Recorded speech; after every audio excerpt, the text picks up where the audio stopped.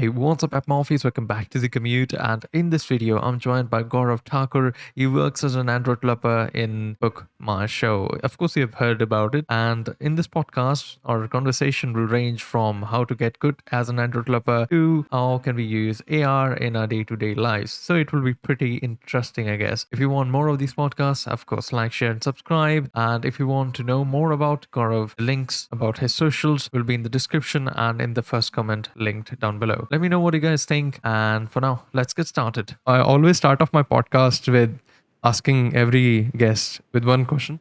How do you define a stable life? Okay. So I think it's a pretty like big question and big question in the sense it's like I can answer it on a lot of dimensions or like across a lot of depth actually. But let's keep it simple and just say like stable life is somewhere that you can actually enjoy everything. Okay, like it's not just work or by work. Let's say I make Android apps, I make web apps. That's your work. Let's say having fun, that is, let's say you like to play games, football, cricket, let's say you like to play the guitar, and like there should be a fair balance of everything. There should have be like a good amount of time for gym, a good amount of time for you to sleep, a good amount of time for you to actually spend time with people that are around. So what happens is a lot of us just get caught into the work, like let's say the work wheel basically that keeps on running, and you keep on running with that. So definitely that's not a stable life for me. But like, yeah, a stable life would definitely be where a life where I can actually allocate time for everything. Okay, so I guess everyone has a different statement for stable life. I've asked a principal engineer what is a definition of stable. I've asked a founder what is the definition of stable life. They have very different perspectives, but I've seen this consistent answer with employees that I want to do everything. Right. What do you mean by everything? Do you mean have different passions with while being an employee, or maybe start a side hustle while being an employee? Or how do you define everything according to you? Like everything, as I said, like why would you do a certain kind of job, or why would you be an employee? To earn money, right? And with that earn money, what you would do is you complete your dreams, get whatever you want, get whatever, let's say, your parents want, or whatever your needs are, you complete that. But that's not the crux of life, right? So like as a human, let's say biologically you're not supposed to sit on your computer or like in front of the screen for a whopping 12, 8, 10 hours or whatever like that, or take any other job for that example. But you are more of like biologically designed to actually go out hunt like as a man or anything like that. So that means that there is a very important aspect of having that physical mobility in your life, right? So by everything, I think the first thing that you should have is that, because that's how you're designed to be. And if you like stray away from that, you keep getting less and less fit. And so that is one thing that's important. Other than that, you asked about having side hustles. I think side hustles just go to support that everything kind of scenario, that the fact that you don't want to keep earning all of your life, and you want some kind of auto mechanism, something that gives you some kind of funds that are enough to lead a sustainable life. So I think that comes under everything and how you could achieve everything. And again, coming back to a question of having a stable life as well, Mhm. I think there should be enough, like let's say some kind of effort definitely I would like to put in. But like most of the stuff that goes on should be stably done. Let's say I have a stable source of income, I can just like physically be active, let's say play sports, go on treks, whatever, spend time with people that I like, spend time with hobbies that I like. I think that covers everything. Yeah, sure. Like, as of now, what I think everything is from your answer is to have different areas of life, like for example, health, wealth, relationships, and to be actually able to focus on them equally. That's what I think you define as everything. right? Yeah, definitely. That's a very good way of putting it. Yeah. So I think every human has their own. I wanted to actually extend this particular question even more and ask you about the thing called loneliness in this corporate world, right? What do you think about the loneliness? I think everyone who is in this corporate world kind of, you know, experienced have a particular experience around this, finding a love life, a partner, or maybe a good set of friends. What do you think about how to face loneliness, or have you even faced loneliness before, and how do you encounter it? Oh, definitely. That's a good question. So, as I said, you are not biologically designed to stay in front of a screen or just be stagnant anywhere, just sit and do things. And let's say you're coding your app, or let's say you're doing whatever on your computer screen. That is like kind of making you way more lonelier than you actually want. So, if you pick up surveys and everything, let's say our generation, like right now I'm 25, so like let's say our generation is one of the most loneliest generations. I think the reason for that is we like try to find everything inside of our computer screens, our mobile screens, or anything like that. And to make matters worse, we have like social media, or let's say something like reels that just literally grasp you in, or something like that. Then there's the generation that's coming up that has got a lot of games to play or anything like that. So nobody is actually going out or being in touch with nature or anything like that. So personally, I listen to Sadhguru a lot, and that's what he had to say, is that the farther you go away from nature, or let's say the farther you go away from, let's say uh, your typical life that you're designed to be, go out or do whatever things, like just be away from the computer screen, you might find a lot of like good hormones regulation happening automatically. You might find your happiness going up, and eventually that I think beats loneliness as well.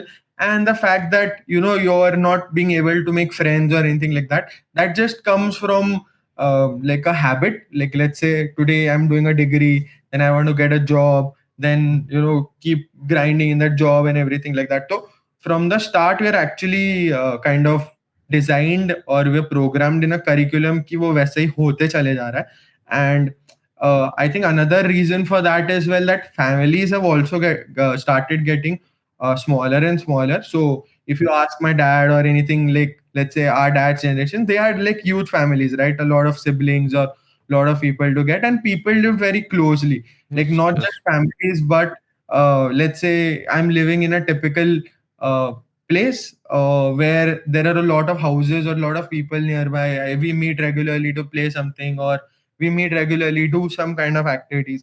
That's what has gone missing in all of like let's say this corporate race of earning a lot of money, having a good LPA or whatever like that. But like part of stability that I defined earlier also comes sustainable life, right? Like you might think that I'm chasing this amount of LPA or this amount of salary, but you might realize that down the line you lost like so much things about yourself. You became Hmm. lonely, you're not happy. Now you have whatever money or whatever you want, but you still don't have the mental health or anything like that to do it. I think that should be there, and definitely there should be time off from all of your activities that you do for work or your earning kind of stuff. I think that helps to beat loneliness a lot. And I think the most important aspect that personally has helped me overcome loneliness is being active in a lot of sports. So as a fun fact, as I read about anthropology a lot. That's where all of this biologically you're designed to do this and stuff like that comes. Yeah, yeah. That says that as a man, okay, you let's say your previous generations or a lot of generations before, you used to hunt, right? Hunt for food, and you were gatherers. You did hunting in groups. Then you would get the food and you would cook and share it with your family and like that. So I think the closest equivalent to that in these days, since we obviously don't have animals to hunt and we just get food at at the tap of a button, I think the closest equivalent of that is sports, right? You can be extremely competitive in sports, you can have healthy competition, and you get all your hormonal regulation that keeps you happy. I think I would encourage more of sports to beat loneliness. Yeah, I agree. Like mostly, one of the best things that you can do is join something, either it's sports or some kind of club. First of all, it beats loneliness because you have a lot of people to meet, and if you're competitive enough, you will, encounter that you have a kind of a passion for this particular sport. It will actually help you become much better human being, and actually help you become much better in your own current work, whatever you're doing. So yeah, I think sports is the best way. You pointed out Sadhguru as such. I personally do not like Sadhguru. Why? Because it's like my personal opinion. Why? Because his uh, his teachings are more, oblivious. He does not point out to an exact matter what is happening. But I some of the parts are really good. Some of the parts I do not understand, and they are particularly oblivious. I try to um, understand why. Like for example, you pointed out that loneliness and is happening because you're not going out, and that's a part to play. But the thing is, when we try to see loneliness, I think so a person is himself responsible for that particular loneliness. Because if you are not actually going out and meeting people, people won't invite you. You are the I think so this is what I'll call a pravachan, that you have to invite yourself to the party first of all, then people will invite you. So yeah, first of all, create a party, invite other people, enjoy, have time, understand who they are, meet a lot of different people, and then people will start to invite you. That's how I think the easiest way to encounter loneliness in the corporate world is. Other than that, of course, I enjoy other things as well. I actually recently bought a ukulele for myself to just play around, and it helps me distract myself from the screen time as well, and just play around, mess around with it. So yeah, I think that is a good point. Like sports, have hobbies, meet new people, invite yourselves to the party. First of all, these are the points that will help you counter loneliness in the corporate world. Now, one more thing I want to pinpoint as such is, like, I've seen that like most of the people who are really successful in their life kind of explore different things, not just their own particular field. Like for example, you're discovering anthropology, I think, right?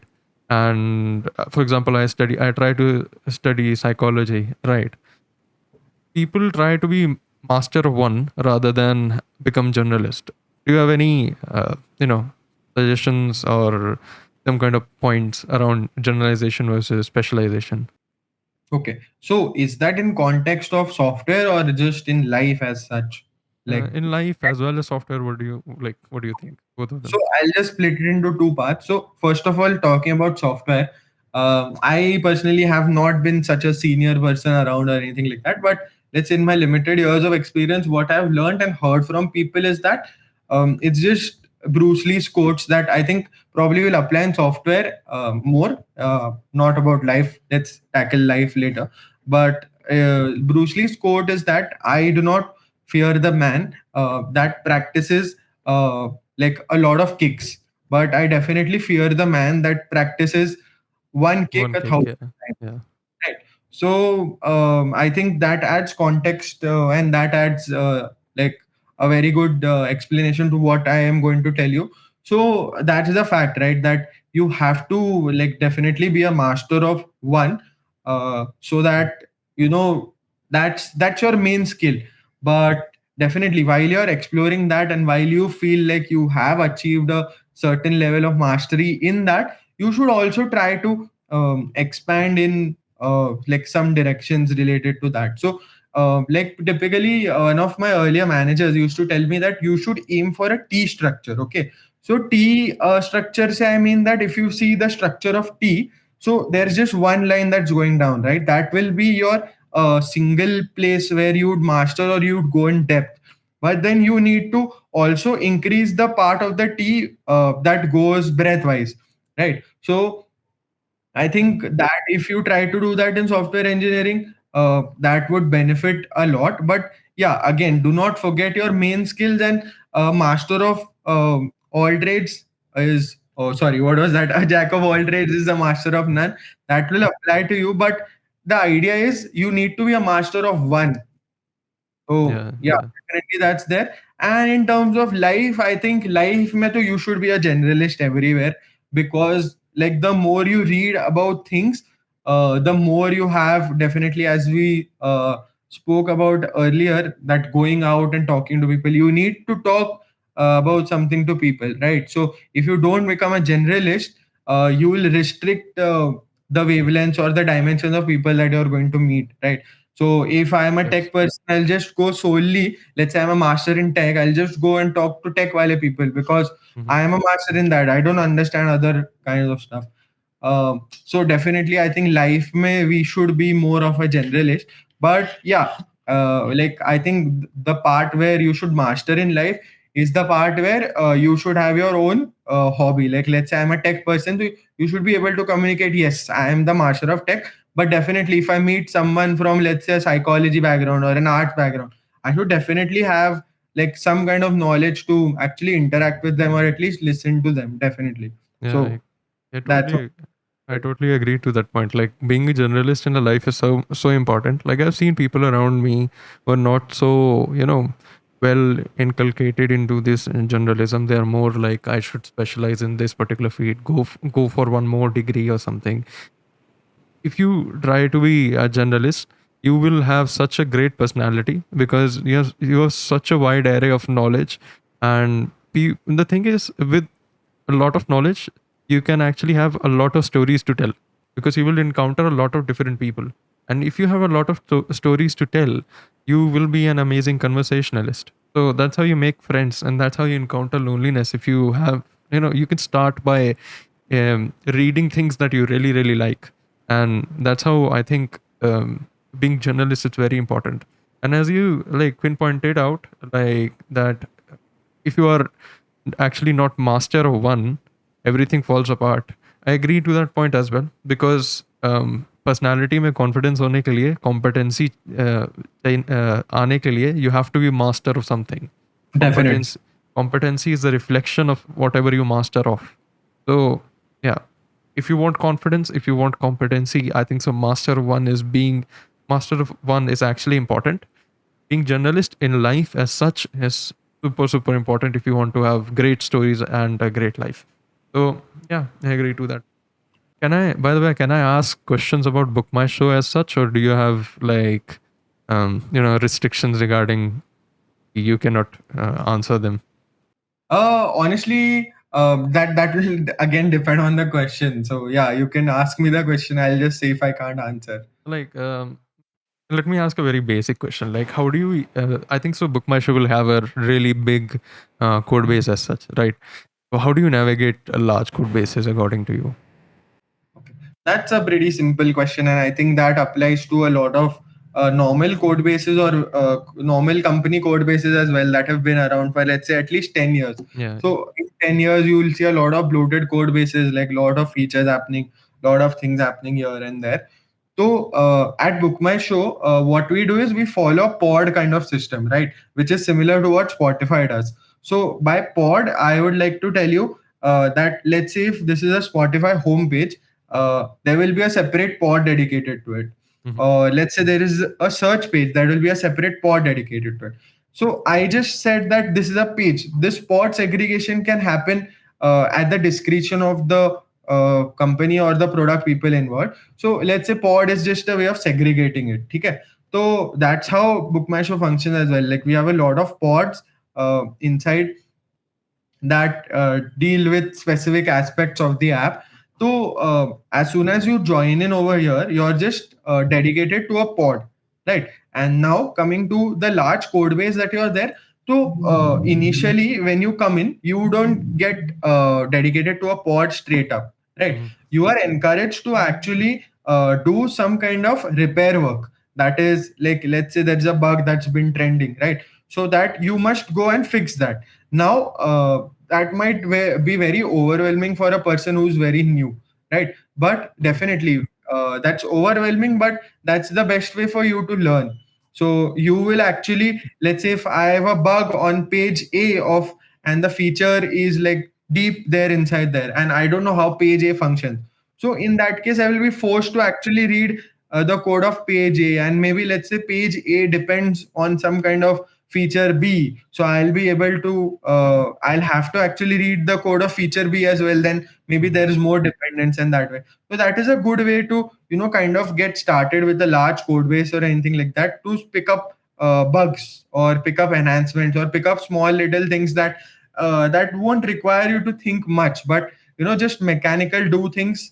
I think that's the second part of it, that if it's like very mechanical or just doesn't require to think a lot, it just helps you build your confidence that I'll be able to handle it. Because like the nature of tech or feature development is such that you will be thrown something and you wouldn't have a clue about how to do it. But I agree. what will build your confidence in that case is your knowledge of the code base.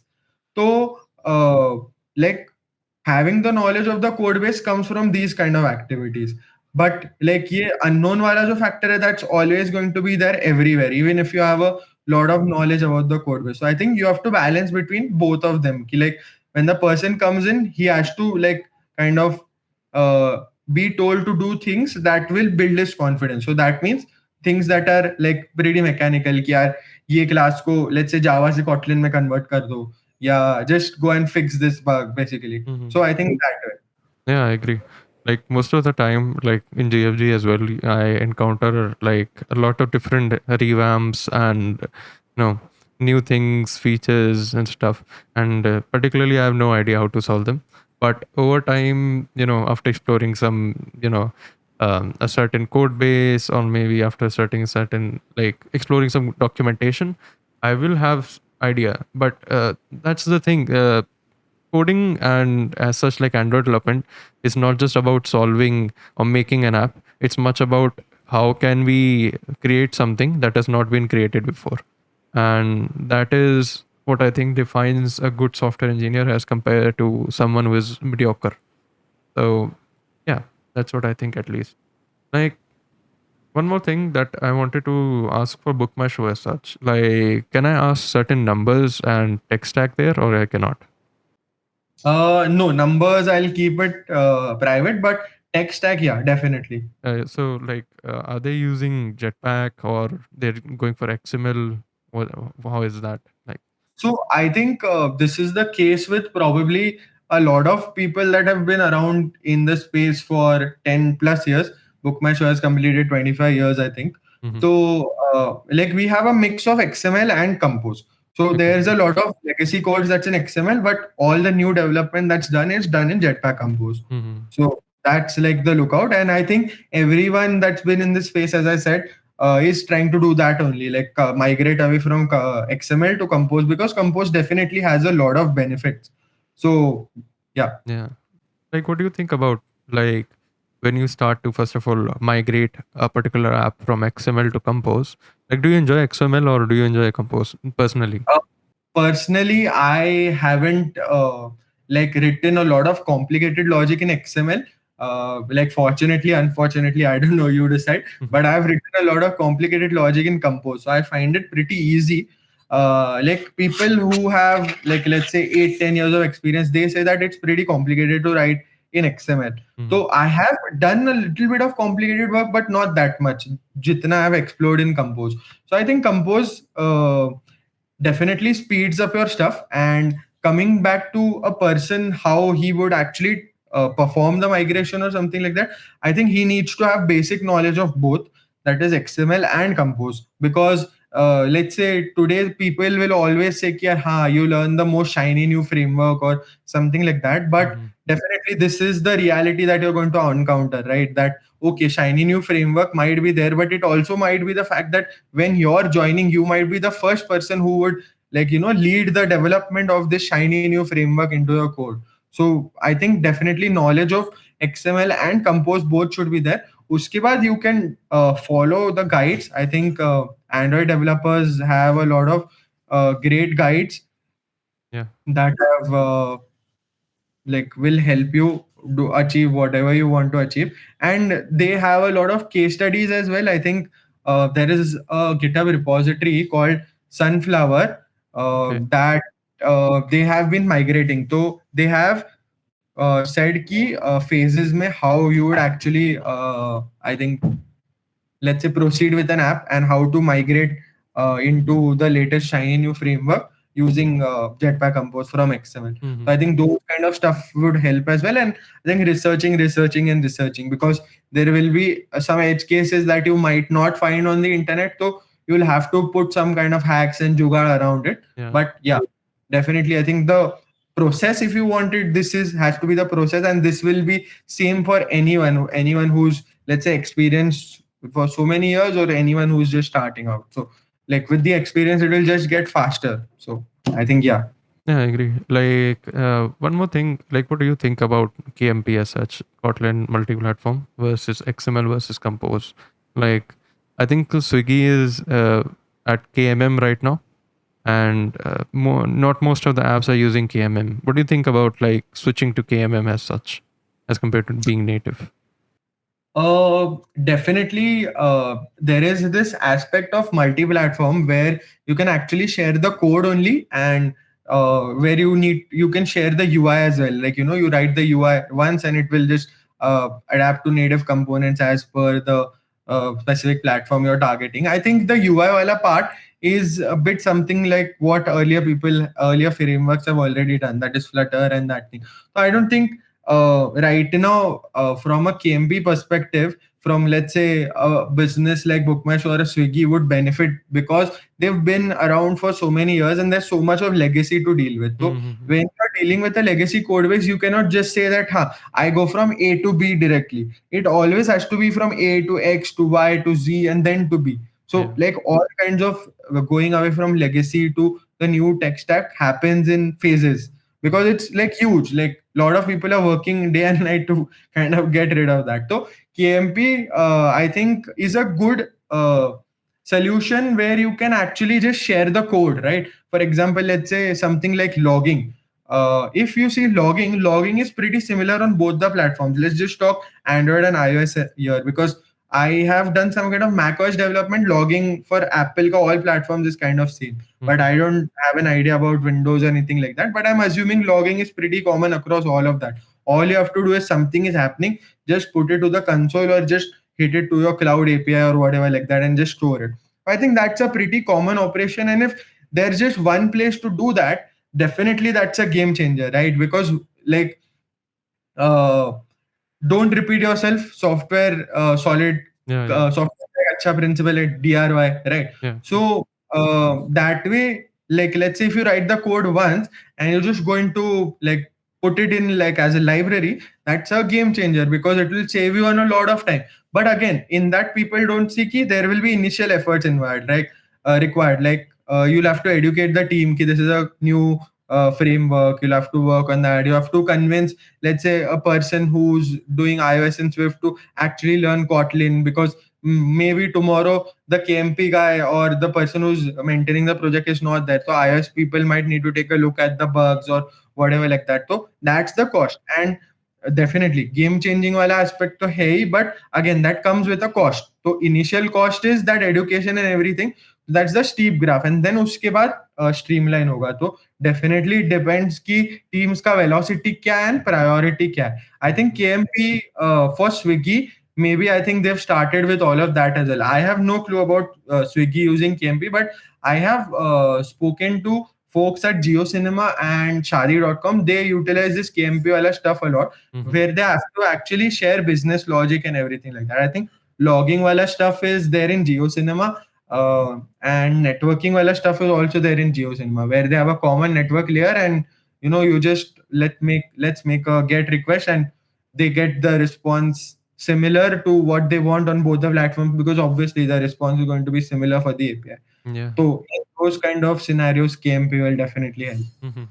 I agree. Like, KMP is super interesting as of like, someone who really likes and enjoys Kotlin.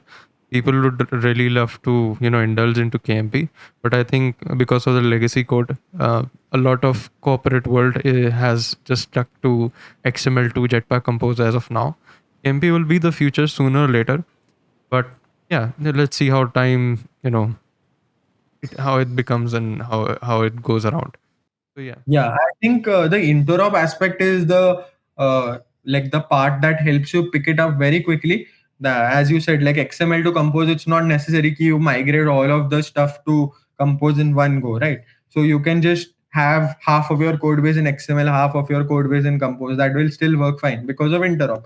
KMP is just something like that. Like Mhm. uh, look, you don't have to migrate all of your code to the shiny new framework KMP or whatever. You can just do it in phases. So I think that increases adoption and chances of it considerably. But if you let's say go with something like Flutter or React Native, unke liye also there's interop mechanisms, but the bridging and everything involved, it's not that performant. But Kotlin has like very close to native wala performance. So that's Mhm. another aspect where I think KMP is like now being considered as well. But yeah, only time will tell if this will just be like a story that people will tell कि हाँ एक flutter था एक KMP भी था. Mhm. So definitely it remains to be seen. But yeah, right now it looks like a pretty promising thing. Yeah, I think so. Like native apps are here to stay around.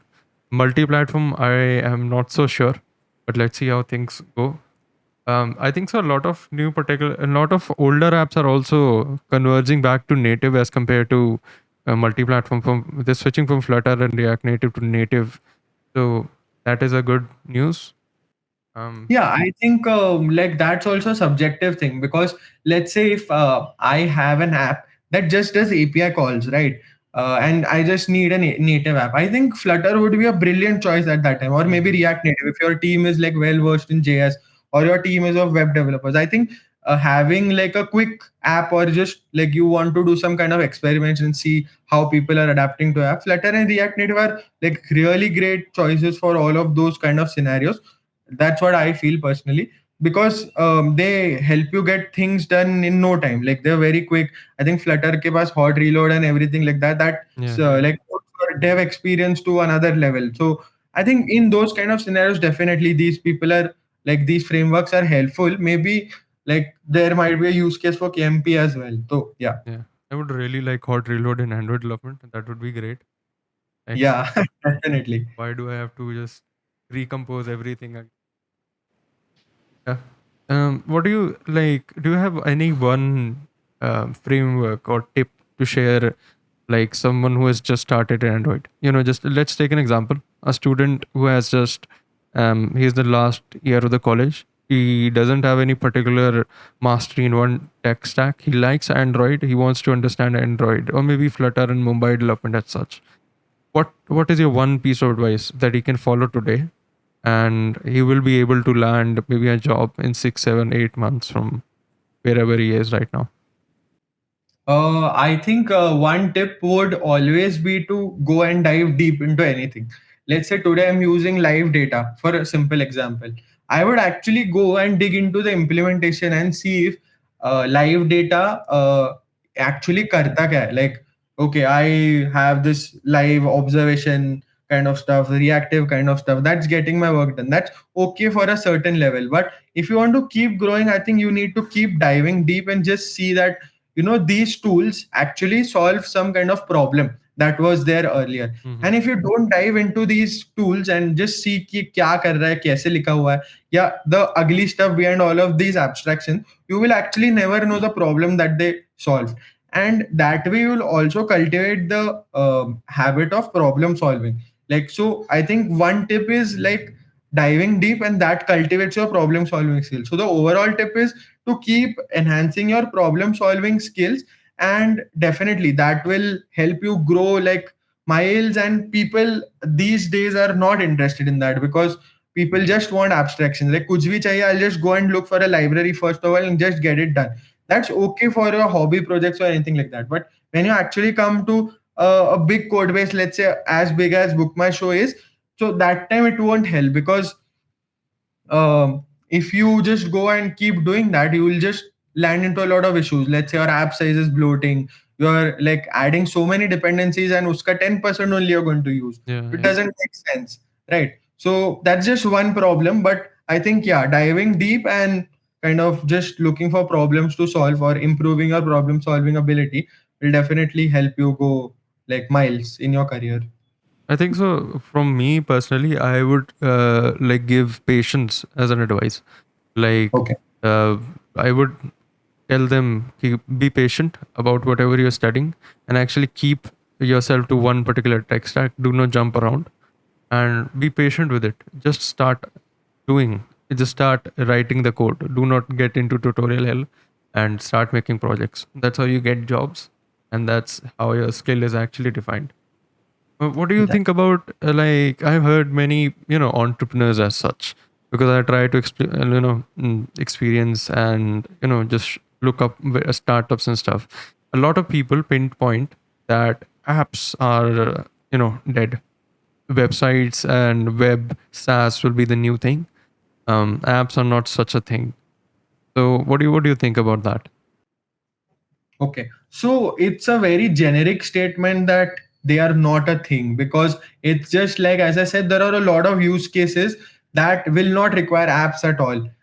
Let's say if today I am a business, let's say I'm not into tech, I am just, let's say, a Kirana Mart, or let's say your local seller, Hmm. and I want to, let's say, get into, I want to bring my business online or something like that. In that sense, definitely an app for you to start with won't make sense for you. But so you can just let's say create a website, make it mobile responsive, and just get it. So तुम्हारा time to market reduce हो जाएगा. You'll just kind of get the product, and you'll get the users and everything like that.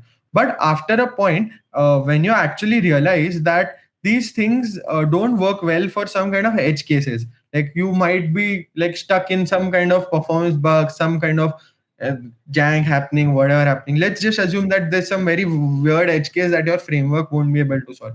That time you will definitely think of having a native app. And when, let's say, a company like Netflix that has like a scale of millions and Hmm. everything, they go with the same philosophy, right? That there will be this edge case, and they are the leaders in development and everything like that, because they will discover such edge cases where nobody has even dared to go that way. Yeah. So that time you will definitely need an app. Hmm. But if you are getting started, you may or may not need an app. So it's a very generic statement that saying that apps are not going to be there, or like websites are not going to be there. People also say Java is useless. So ऐसा तो नहीं होता. It's a very Hmm. generic kind of statement. So definitely it depends on your use case. So I would like to say that. I agree. Like, I think that most people do not understand why do companies require apps before they actually step into app development as such. Because apps and websites are methods to distribution. They're nothing, they're not products itself. Products are behind these apps and websites. They're methods so that we can distribute these products to the public. And Netflix itself has an app so that they can distribute movies and shows, and they can earn the subscription. That's how they distribute it. If you have millions of products and if you want them shipped, you will require an app. If you have one product, you won't require an app. You won't always require a website. Or if you have one service, a website would be good enough. But you have 10, 20 services, you would definitely require an app for easier access. So that's what I think how apps will be in the future. What do I you? think Yeah. a great point over there is that when you said that you will always need an app for a delivery or something like that, I think I would like to bring up an example of something which all of us use is Chat GPT, right? Yeah. So Yeah. Chat GPT has a lot of maths going on, a lot of LLMs, a lot of AI, and a lot of, let's say, integration calculus or whatever goes into making that model. But all of that wouldn't be accessible if they didn't have an Android app or a website, right? Hmm. So I think this is the advice I like give to people from data or AI backgrounds that ask me as well, that you need to know some kind of generalized software development as well. That generalized software development, I mean apps and websites, right? Because to make your content or to make your product deliverable, let's say chat gpt in this case, it wouldn't have been accessible if there was no like they didn't get it in the form of a chat or something like that. The AI has been there for a year, like for years. Maybe Hmm. this is a different kind of AI, but the accessibility is like so good, right? Like, okay, I just need to type a query and I have like a personalized travel guide for me.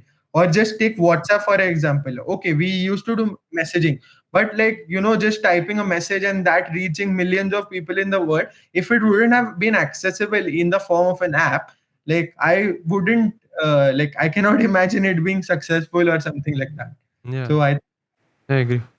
Well, like coming to the point of AI as such, how what do you think about this new perspective, AI versus software engineering? That software engineering will be displaced by AI.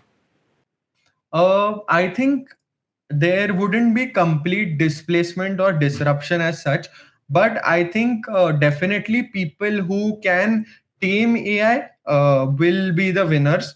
I think going forward, so that will just be a skill that people will start looking like just say an Android developer. I can code in Java, I can code in Kotlin, XML like that. So I think there will be a breed, or that will be a basic requirement. You need to know how to use AI tools. And productivity, definitely like 10x, I don't know, the x or the multiplier you decide. So I think definitely that multiplier is going to come when AI is actually good enough. Right now it's in a baby or an ascent stage, so I think Mhm. it's being trained and just that way. But displaced, to no, if you are good enough or you keep upskilling yourself, it won't displace you as such. But people that have like been in their comfort zones and just saying like ha chalta hai chalane do, or just been there, probably it might be a wake up call for all of them. And definitely that will overall also enhance all of our processes and um, the systems that we currently are working with, or the systems that we will build in the future. So I think it's a very interesting time to be in the industry. And yeah, another thing I feel that entry level roles, or the people that just don't know things in depth, like let's say I do a 6 months, 8 months, or 12 months boot camp, and I just say yeah, I'm an engineer. Mhm. Those kind of jobs would probably disappear. I don't mean any offense to people I offering agree. boot Yeah. camp, thing like that. But I think that's my perspective, that like the people that find shortcuts to come into tech won't like do it that well, because AI will be 10 times, 100 times better than them, and will Mhm. have way more context and everything like that. And I think one more thing, I think that knowledge based jobs would actually like see a decline, because AI will actually come with a lot of context or with a lot of knowledge. Depends on how the hallucination part of AI gets tuned or something like that. But yeah, Mhm. definitely. And education, I guess. So I think the relevance of degrees, or just like let's say a paper, like saying that okay, or a certified graduate or something like that, would also come down, because people will more and more require you to have hands-on skills or something that you could do, and like maybe courses or maybe your jobs will more and more depend on that. So I think AI is bringing a good like change. Yeah. Like what how I define particularly, like if somebody asks me AI versus software engineering, I would actually take an example of my ukulele here. That when I start practicing ukulele, like let's take an example of G chord. We have this G chord and I'm trying to play this chord, right? Um, there's a particular way to actually position your hand to get the G chord. If you get it wrong, your chord will not sound great. And the only way you can actually understand that how to position your hand is by looking at another human, right? You cannot understand it by, if a AI gives you a picture of something, you won't be able to understand it. How a human holds it when he's trying to hold it, that's how you understand. You will require videos, you will require maybe another teacher, and that's the human touch about ukulele. That goes for everything. How particular person thinks about code and how he tries to solve a problem is the key. What kind of code and what code he's writing is not the answer. The AI will be able to put out that. How is the solution? So that's